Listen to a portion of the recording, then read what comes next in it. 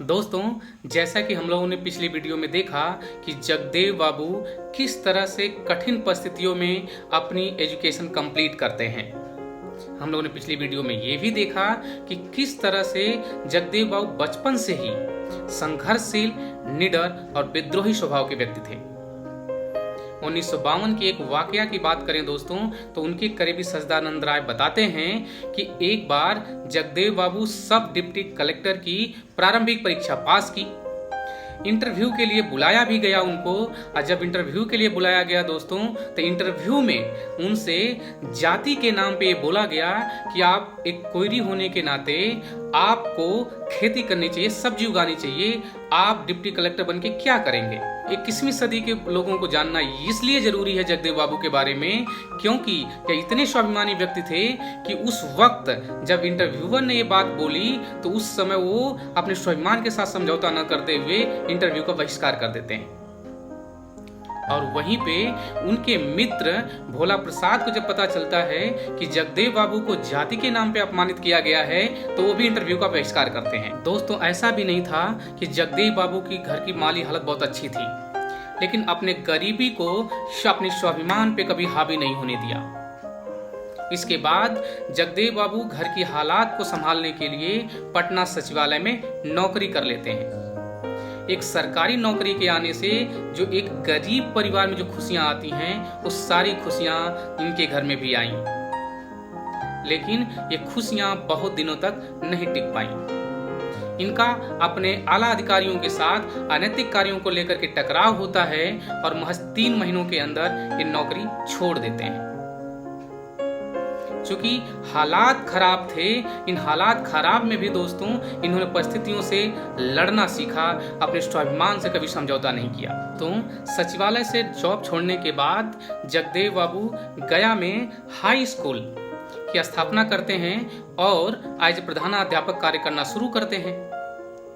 उसी कार्य के दौरान, स्कूल चलाने के दौरान इनकी मुलाकात होती है प्रखर समाजवादी राम मनोहर लोहिया और जयप्रकाश नारायण से, जो उस समय सोशलिस्ट पार्टी का संचालन कर रहे होते हैं। और उसी दौरान में राम मनोहर लोहिया और जेपी के साथ मगध से लेकर झारखंड तक की यात्रा करते हैं। और उस यात्रा के दौरान जो देखते हैं दोस्तों, उनसे उनकी आंखें फटी की फटी रह जाती हैं। जगदेव बाबू कहते हैं कि मगध से झारखंड की यात्रा के बीच ऐसे लाखों लोग मिले जो शरीर तो है उनकी इंसान के रूप में, लेकिन जिंदगी जानवर से भी बदतर है। अगर दोस्तों हम उनके छोटे भाई वीरेंद्र की माने तो उनके अनुसार जब जगदेव बाबू घर आते हैं इस यात्रा के बाद, तो उनका बहुत मन स्कूल चलाने में नहीं लगता है। और एक दिन घर आकर के मुझसे कहते हैं कि वीरेंद्र, तुम छोटे हो, लेकिन मैं तुमसे कुछ आज मांगना चाहता हूं। और कहते हैं शोषित वंचितों की हालात को बदलने के लिए सिर्फ एक स्कूल काफी नहीं है, हमें एक व्यापक स्तर पे कुछ कार्य करना होता है। इसके लिए मुझे देश की राजनीति करनी पड़ेगी और वीरेंद्र, तुम घर की राजनीति समझो, क्योंकि यह तुम्हारे लिए कठिन होगा, क्योंकि तुम कॉलेज की पढ़ाई कर रहे हो अभी, लेकिन हम तुम्हारे साथ हैं, लेकिन हमें यह काम करना ही होगा। और दोस्तों उसी वक्त उपेंद्र नाथ वर्मा के कहने पर जगदेव बाबू सोशलिस्ट पार्टी ज्वाइन करते हैं। दोस्तों, राम मनोहर लोहिया उनके प्रतिभा को देखते हुए सोशलिस्ट पार्टी से निकलने वाले अखबार जनता का संपादक बना देते हैं जगदेव बाबू को। उसी साल जो सोशलिस्ट पार्टी है उसमें आंतरिक मतभेद होते हैं और वह जो सोशलिस्ट पार्टी है 2 भागों में टूट जाती है। एक बनती है प्रजा सोशलिस्ट पार्टी और दूसरी होती है सोशलिस्ट पार्टी। सोशलिस्ट पार्टी का संचालन कर रहे होते हैं राम मनोहर लोहिया और प्रजा सोशलिस्ट पार्टी का संचालन कर रहे होते हैं जयप्रकाश नारायण। जगदेव बाबू राम मनोहर लोहिया के साथ ही रहते हैं और सोशलिस्ट पार्टी में कार्य करना शुरू करते हैं। और बाद में चल करके जगदेव बाबू हैदराबाद से निकलने वाली साप्ताहिक अंग्रेजी पत्रिका जो थी, जिसका नाम था सिटीजन, और हिंदी पत्रिका थी, साप्ताहिक पत्रिका ये भी थी, जिसका नाम था उदय, दोनों का संपादन करते हैं। जगदेव बाबू राम मनोहर लोहिया के साथ मिलकर के जम के काम करते हैं और 1957 का जो चुनाव होता है, सासाराम संसदीय क्षेत्र से जगदेव बाबू पर्चा भरते हैं। चूँकि संसाधन की कमी और उनके पास पैसे न होने के कारण ये प्रचार टमटम से करते थे या फिर पैदल किया करते थे। और इनके जो पार्टी में कार्यकर्ता थे, इनके प्रचार में आते थे, वो अपना खर्चा खुद निकालते थे और इनके लिए भी खाने पीने का जुगाड़ करते थे। कोई चिलाई चूरा दे दिया, कोई गुड़ दे दिया, कोई रस पी करके अपने प्रचार को आगे बढ़ाते हैं और नतीजा आता है दोस्तों जिसमें ये चुनाव हार जाते हैं। संसाधन के अभाव में लड़ा गया यह चुनाव जिसमें जगदेव बाबू हारते हैं और फिर संघर्ष शुरू करते हैं 1962 के लिए। 1962 में चुनाव लड़ते हैं कुर्था से विधानसभा का, और वो भी जो संसाधन का अभाव में ही लड़ा जाता है और वो भी चुनाव दोस्तों हार जाते हैं। इसके बाद जम के फिर से कार्य करना शुरू करते हैं सोशलिस्ट पार्टी में राम मनोहर लोहिया के साथ में, और 1966 में एक घटना घटती है दोस्तों कि प्रजा सोशलिस्ट पार्टी और सोशलिस्ट पार्टी दोनों का विलय हो जाता है और पार्टी का नाम रखा जाता है संयुक्त सोशलिस्ट पार्टी, जिसका संचालन करते हैं राम मनोहर लोहिया। दोस्तों दिनों दिन मेहनत की वजह से, इनकी संघर्ष की वजह से पार्टी में इनका कद बढ़ता चला जाता है, लेकिन इधर घर के हालात उसी रेशियो में खराब हो रहे होते हैं। उनके छोटे भाई वीरेंद्र की माने तो वो कहते हैं कि जब हम कॉलेज के दिनों में पढ़ रहे थे, जब भैया घर छोड़ के चले राजनीति में आ गए थे, तो घर के हालात दिनों दिन खराब होते जा रहे थे, खर्चा चलाना मुश्किल हो रहा था। 21वीं सदी के युवाओं को जानना इसलिए जरूरी है जगदेव बाबू के जीवनी को, क्योंकि संसाधन के अभाव में बड़ा लड़का होने के कारण, पूरे घर की जिम्मेदारी होने के बावजूद वो समाज को बदलने के लिए घर से निकल जाते हैं। अगर उनके भाई वीरेंद्र की माने तो वो कहते हैं कि एक दिन मैं कॉलेज से घर आता हूँ और डायरेक्ट भाभी से मिलने चला जाता हूँ, यानी जगदेव बाबू के पत्नी से। जब हम अचानक चूंकि उनसे मिलने पहुंचे होते हैं तो जो साड़ी पहनी रहती हैं वो जगह जगह से फटी होने के कारण उसमें पाबंद लगे होते हैं, यानी चकत्ती लगी होती है, जिसको छुपाने की कोशिश कर रही होती हैं। दोस्तों घर के हालात ऐसे थे, उसमें भी कोई एक नायक है जो आपके समाज को बदलने के लिए, हमारे समाज को बदलने के लिए मेहनत कर रहा होता है। और जब वीरेंद्र पूछते हैं कि भाभी ये साड़ी क्यों पहनी हुई है, तो वो कहती हैं बस यूं ही पहन लिए हैं। वीरेंद्र के कहने पे कि वो साड़ी दिखाइए, वो साड़ियां न दिखाने की वजह से समझ जाते हैं कि क्या हालात। और उसी दिन वीरेंद्र कहते हैं कि मैं तय करता हूं कि अब मैं पढ़ाई नहीं करूंगा और जहानाबाद स्वास्थ्य विभाग में नौकरी कर लेते हैं। क्योंकि स्वास्थ्य विभाग में नौकरी करने के कारण उनका जो है उस साल का एग्जाम भी नहीं देते हैं। जब ये बात जगदेव बाबू को पता लगती है तो पूछते हैं कि स्कूल क्यों छोड़ दिए, कॉलेज क्यों छोड़ दिए, तो उनके न बोलने पे जगदेव बाबू सारी कहानी को समझ जाते हैं। ऐसे हालात में भी दोस्तों कोई एक शख्स है जो आपके हमारे समाज की चिंता कर रहा होता है और इस समाज को बदलने के लिए घर की लाख परेशानियां, लाख जो है कष्ट होने के बावजूद भी हमारे समाज के लिए कार्य करने वाला एक व्यक्ति दिन रात अपनी मेहनत कर रहा होता है। 1967 का जो चुनाव आता है दोस्तों, तो कहा जाता है कि जगदेव बाबू कभी हारते नहीं हैं। कहा जाता है हार को हराना है, हार से हारना नहीं है। इस युक्ति को सत्य करने का समय आ चुका होता है। 1967 का चुनाव कुर्था से फिर से भरते हैं पर्चा और इस बार चुनाव जीत जाते हैं। इस चुनाव में संसोपा विपक्ष कुनबे की सबसे बड़े दल के रूप में उभरती है। संसोपा में संयुक्त सोशलिस्ट पार्टी, जिसके संचालन करता थे राम मनोहर लोहिया, उसी से जीत के आए थे जगदेव बाबू भी। नेता चुना जाता है दोस्तों गठबंधन का, जिनका नाम होता है महामाया प्रसाद सिन्हा। मुख्यमंत्री बनते हैं और उनके मुख्यमंत्री बनते ही जगदेव बाबू उनके इसके बनने से खुश नहीं होते हैं, क्योंकि महामाया प्रसाद सिन्हा जनक्रांति दल के नेता थे, जबकि उनकी पार्टी कम सीट जीत के आई थी। इनका कहना था कि हम लोगों ने पिछड़ों के नाम पे ये चुनाव लड़ा था और हम लोग जीत के आए थे और सबसे बड़ी दल के रूप में थे विपक्ष कुनबे में, तो मुख्यमंत्री हम लोगों का होना चाहिए था।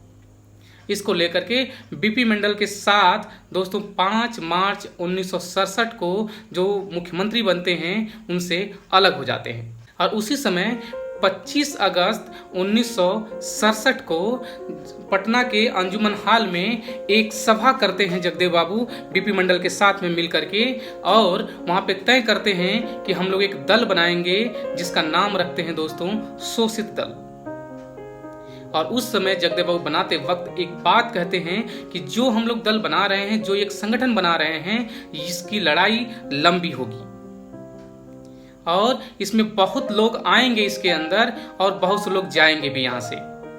लेकिन ये ध्यान रखिएगा दोस्तों कि पहली पीढ़ी के लोग गोली खाएंगे, दूसरी पीढ़ी के लोग जेल जाएंगे और तीसरी पीढ़ी के लोग राज करेंगे।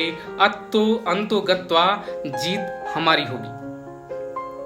इस संकल्प के साथ शोषित दल का गठन होता है दोस्तों। बीपी मंडल की अगुवाई में आगे चलने की कोशिश होती है और यह राजनीतिक दल था जो राजनीतिक मुकाबला करता लोगों से। लेकिन दोस्तों एक पक्ष और छूट गया था, जिसको है सांस्कृतिक जो लड़ाई थी उसे कैसे लड़ा जाए।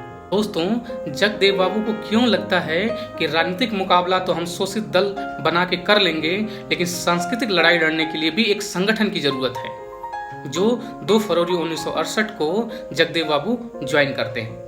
अगर इसकी पृष्ठभूमि को समझना है दोस्तों, तो हम लोगों को दाखिल होना होगा एक बार फिर से 1946 में, जब जगदेव बाबू जहानाबाद के लिए जाते हैं हाई स्कूल करने के लिए। उस वक्त उनके पिता जो पेशे से अध्यापक थे, उनकी तबीयत खराब होती है और हालात बिगड़ते चले जाते हैं। क्योंकि उनकी माता धार्मिक होने के नाते पूजा अर्चना करती हैं, देवी देवताओं को मनाती हैं।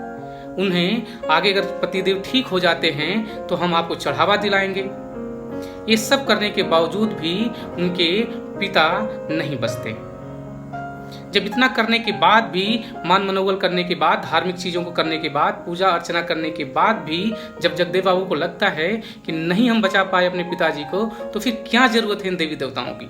तो बताया जाता है कि चिता के साथ ही अपने पिता के चिते पर सभी देवी देवताओं को निकाल के रखते हैं और जला देते हैं। एक चीज आप गौर किए हैं दोस्तों, हमने पेरियार को जब पढ़ा था तब भी देखा था कि पहले तो ये धार्मिक होते हैं बहुजन नेता, लेकिन बाद में जब चलते चलते देखते हैं कि यह धर्म सिर्फ ऊंच नीच करने के लिए बना हुआ है और सिर्फ हमें जो है परेशान करने के लिए बनाया गया है, समाज को परेशान करने के लिए बनाया गया है, तो वो दूसरे रास्ते पर निकल जाते हैं। और उस समय जब ये चिता पे रख करके सारे देवी देवताओं को जलाते हैं, तो उस वक्त जो ब्राह्मण समाज था ये कहता है कि यह जो मृत्यु हुई है वह जगदेव के कारण हुई है, क्योंकि इसका कार्य है खेती करना, सब्जी उगाना, और ये पढ़ाई कर रहा है। और उसके बाद दूसरे दिन दोस्तों जो यही ब्राह्मण समाज श्राद्ध के नाम पे ढेर सारे आइटम पकवान लिखवाता है कि अगर आप जो कुछ भी आज हमें दान करेंगे वो सारा आपके पिताजी को मिलेगा। जगदेव बाबू कहते हैं कि आप कोई कोरियर एजेंसी हैं जो हम आपको देंगे और हमारे पिता के पास पहुंच जाएगा। और फिर वहां ब्राह्मण समाज कहता है कि इसी नीतियों के कारण, इसी कारण तुम्हारा जो है ये सब चीजें हो रही है तुम्हारे घर में। लेकिन जगदेव बाबू इन सब चीज़ों में विश्वास टूट जाता है उनका, और धर्म कांड में उनका विश्वास हट जाता है और अपने दादा इंद्रजीत से बात करते हैं और इस धर्म कांड नहीं करते हैं और एक छोटी सी सभा बुलाते हैं और छोटा सा सहभोज रखते हैं। इसके अलावा कुछ नहीं करते हैं। वहां से दोस्तों जो सांस्कृतिक लड़ाई है कैसे लड़ी जाए उसके लिए जो चेतना मिलती है वहां से मिलती है इनको, और अर्जन संघ को ज्वाइन करते हैं और उसमें भी एक पैरेलल कार्य करना शुरू करते हैं दोस्तों। और दोस्तों इधर जो 5 मार्च 1967 को महामाया प्रसाद सिन्हा एज ए मुख्यमंत्री बनते हैं, वो अपनी सरकार ज्यादा दिन तक नहीं चला पाते हैं, क्योंकि संसोपा में बिग टर्न हो चुका होता है, एक नया दल शोषित दल बन चुका होता है, जिसकी अगवानी बीपी मंडल और जगदेव बाबू कर रहे होते हैं। और महामाया प्रसाद सिन्हा की सरकार गिरने के बाद शोषित दल यानी जो जगदेव बाबू की पार्टी थी वो अपनी सरकार बनाती है कांग्रेस की मदद से, और इसमें मुख्यमंत्री बनते हैं दोस्तों बीपी मंडल साहब, और सिंचाई और बिजली मंत्रालय मिलता है जगदेव बाबू को। लेकिन दोस्तों यह सरकार भी ज्यादा दिन तक नहीं चल पाती है और यह सरकार भी 18 मार्च 1968 को गिर जाती है। और मध्यावधि चुनाव होते हैं उसी वक्त, और 1969 में 6 सीटें शोषित दल को इस मध्यवर्ती चुनाव में मिलते हैं और कुर्था से एक बार फिर से जो जगदेव बाबू जीत के आते हैं, एक बार फिर से ये लोग सरकार में शामिल होते हैं और इस बार के मुख्यमंत्री होते हैं दोस्तों सरदार हरिहर सिंह। लेकिन इस सरकार में इनको मिलता है नदी घाटी योजना मंत्रालय, लेकिन ये सरकार भी ज्यादा तक नहीं चलती है और 3.5 महीने बाद ये सरकार भी गिर जाती है और दोस्तों अगले मुख्यमंत्री बनते हैं भोला पासवान शास्त्री। जून में शपथ ग्रहण करते हैं और जुलाई में ये सरकार भी गिर जाती है। दोस्तों अब दौर आता है राष्ट्रपति शासन का। राष्ट्रपति शासन पूरे बिहार में लग जाता है और कुछ दिनों बाद 2 मार्च 1970 को एक बार फिर से लोग कूड़ा भाग करते हैं इस राजनीति के अंदर और एक बार फिर से शोषित दल सरकार बनाती है लोगों के साथ मिल करके। इस बार दोस्तों मुख्यमंत्री बनते हैं दारोगा प्रसाद राय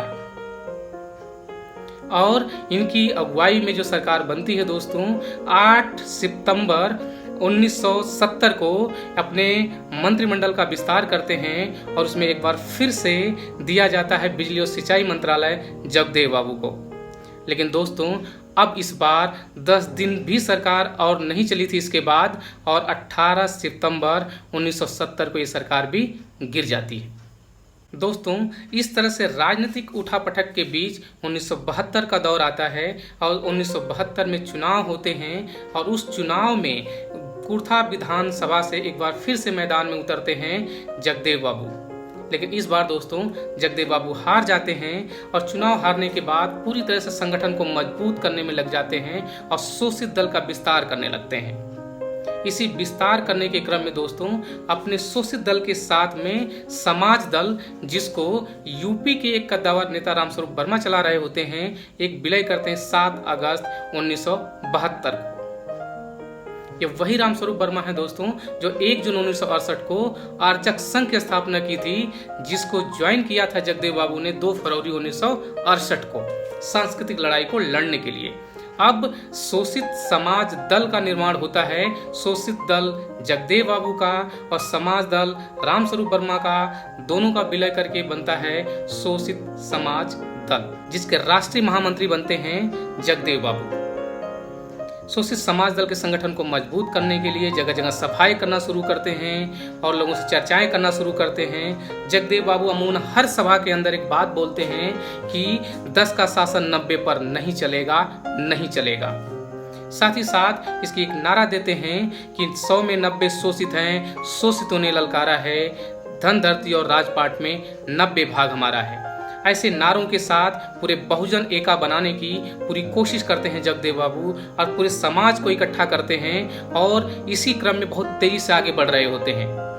5 सितंबर 1974 को उनकी जो है एक आंदोलन निर्धारित किया जाता है कुर्था में। और दोस्तों इनके जो विपक्षी थे, जो नहीं चाहते थे कि इस तरह से बहुजन का एका बने और जो सवर्ण लोग थे इनके हत्या करने का षड्यंत्र रचते हैं। इन्हीं के एक मित्र थे ही सवर्ण वर्ग से ही, जो कि वो भी उस पार्टी में शामिल होते हैं जिसमें ये तय होता है कि जगदेव बाबू की हत्या की जाए। बाबू ठाकुर प्रसाद वो जगदेव बाबू को आगाह भी करते हैं कि आप 5 सितंबर को मत जाइए इस सभा में, लेकिन जगदेव बाबू कभी भी पीछे मुड़ के नहीं देखने वालों में से थे। आप पहले ही देख चुके हैं कि कितने स्वाभिमानी और विद्रोही स्वभाव के थे और अपने तयशुदा कार्यक्रम के अनुसार 9 बजे 5 सितंबर 1974 को कुर्था में पहुंचते हैं जगदेव बाबू। पहले से ही वहां पे पूरी तरह से हजारों लोग आए हुए थे और पूरा आकाश कुछ नारों से गूंज रहा था कि 10 का शासन 90 पर नहीं चलेगा, नहीं चलेगा। इन सारे नारों के बीच में जगदेव बाबू पहुंचते हैं और अपना भाषण शुरू करते हैं। वहां के डीएसपी और मजिस्ट्रेट, जिनकी एक खास समुदाय के लोगों को वहां पे तैनात किया जाता है एक षड्यंत्र के तहत, वहां पे डीएसपी वहां के आने वाले लोगों को रोकना शुरू कर देते हैं। जगदेव बाबू कहते हैं ये सत्याग्रही हैं, सत्याग्रह करने आए हैं, या तो इनको गिरफ्तार करो या फिर आने दो। इन बातों को देख करके दोस्तों वहां पे लाठीचार्ज कर दी जाती है और बढ़ती भीड़ को देखते हुए जहानाबाद से सीआरपीएफ की फौज बुला ली जाती है और उनके बुलाने के बाद और डीएसपी के आदेश पे वहाँ पे दोस्तों जगदेव बाबू के ऊपर गोली चलाई जाती है। पहली गोली पैर से निकल जाती है, दूसरी गोली उनके गर्दन में लगती है और जगदेव बाबू गिर जाते हैं। सत्याग्रही हैं, उनको ले करके हॉस्पिटल की तरफ भागते हैं, लेकिन वहाँ के जो पुलिस प्रशासन महकमा है सत्याग्रहियों को मार करके भगा देता है और जगदेव बाबू को वहाँ से लहूलुहान स्थिति में घसीटते हुए थाने ले जाते हैं। दोस्तों बार बार पानी का मांग करते हैं जगदेव बाबू, लेकिन नहीं दिया जाता है उनको। इस अमानवीय व्यवहार के लिए दोस्तों आप कैसे देखते हैं, आप जरूर कमेंट बॉक्स में बताइएगा कि इस अमानवीय व्यवहार करते हैं वहाँ के पुलिसकर्मी और दोस्तों उनके मरने का इंतजार करते हैं। कहा तो यहाँ तक जाता है दोस्तों कि जल्दी मर जाएं, इससे जो उनकी बंदूक थी उनके बेंत से उनके सीने पर प्रहार किया जाता है।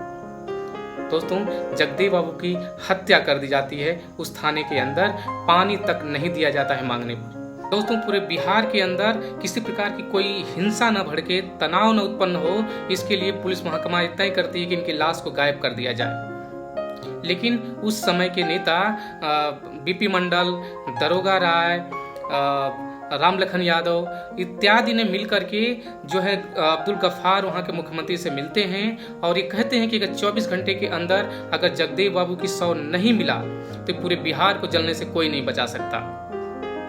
यह बात कह करके लोग राजभवन के सामने वो लोग बैठ जाते हैं धरने पर और इस धरने का असर होता है, दबाव पड़ता है और पुलिस महकमा 6 सितंबर 1974 को दोपहर के करीब पटना जो है जगदेव बाबू की लाश को ले आते हैं। और दोस्तों इस लाश को 7 सितंबर 1974 को अंतिम शव यात्रा के रूप में निकाली जाती है और जगदेव बाबू को पंचतत्व में विलीन कर दिया जाता है। दोस्तों आज हमारे बीच जगदेव बाबू नहीं हैं फिजिकली, लेकिन दोस्तों आज भी उनकी कही गई बातें, उनके बताए गए रास्ते और उनका संघर्ष हमें प्रेरणा देता है कि हमें अपने बहुजन नेताओं को जानना क्यों जरूरी है, जगदेव बाबू को पढ़ना क्यों जरूरी है। क्योंकि घर में लाख कठिनाइयां होने के बावजूद और यह पता होने के बावजूद कि हमारी हत्या हो सकती है, लेकिन अपने लोगों के बीच जाना अगर एक बार तय कर दिया तो वो मौत से भी नहीं डरे। इसलिए निडर होकर के और अपने समाज के लिए एक कर्मठ व्यक्ति ने अपनी जान दिया।